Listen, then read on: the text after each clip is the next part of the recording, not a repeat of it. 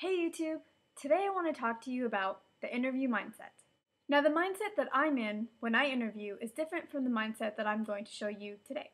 The mindset that I usually use isn't something that I really consciously do, but it's basically just a form of pep talk. As conceited as it may sound, before I walk into an interview, I have already convinced myself that the job that I'm interviewing for is easy for me to get. If you want to know what I do to get myself into my own personal mindset for my interviews, leave me a comment and I'll make a video on it.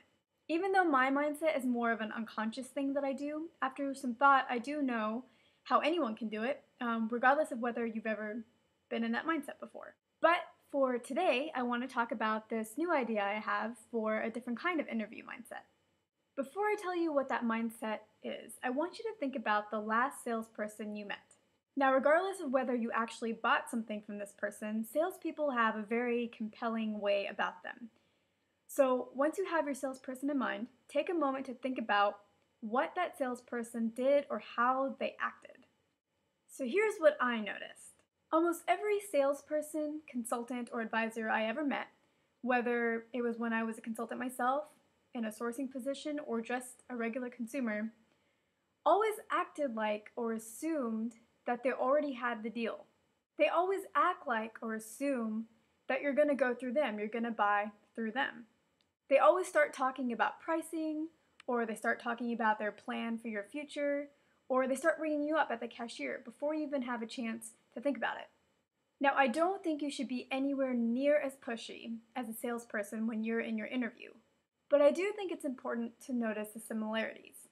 You, just like the salesperson, are selling something when you're in an interview. You're selling yourself, your abilities, your personality, your experience, your education. You're selling yourself as a product. You also kind of have an advantage when you compare yourself to a salesperson.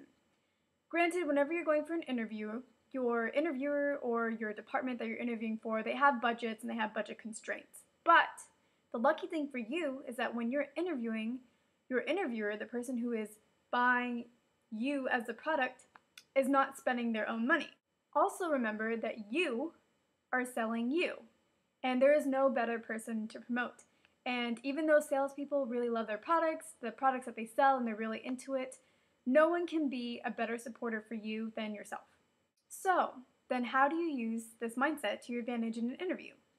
Basically, before you walk into an interview, get yourself into the mindset of, I already have this job. This interview is just a formality. If you look in the mirror and slowly tell yourself that 10 times before you walk into your interview, it will give you a boost, and enough of a boost to where in your interview you are in that mindset. And what will happen is when you're in that mindset, you will start asking questions to your interviewer just like you would if you were already in that position, the kinds of questions that you would ask if you were new in that job.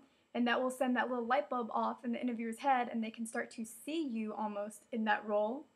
And you'll also exude this kind of confidence, and interviewers like confidence because subconsciously, if you give off the vibe of confidence, it makes them feel confident about you as well.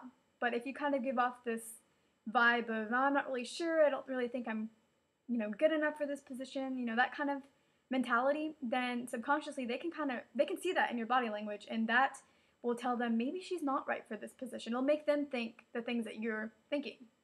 And remember, in most cases, an interview is kind of like a formality. It may be stretching it a little bit, but for the most part, you can kind of think of it that way. Why? Because more often than not, if you're called into an interview, the interviewer and the company already thinks that you're good enough. They already like your qualifications, they already like what's in your resume, they already think that you're good enough for the position. Otherwise, they wouldn't waste their time meeting with you. The reason why they call you into an interview is because they want to get a sense of who you are, what kind of a person you are, that you are a real person, and that you can back up the claims that are in your resume. So if you're about to go into an interview and you needed a little bit of a confidence boost, I hope this helps you. I hope this gets you into the right mindset, because as we all know, confidence is everything.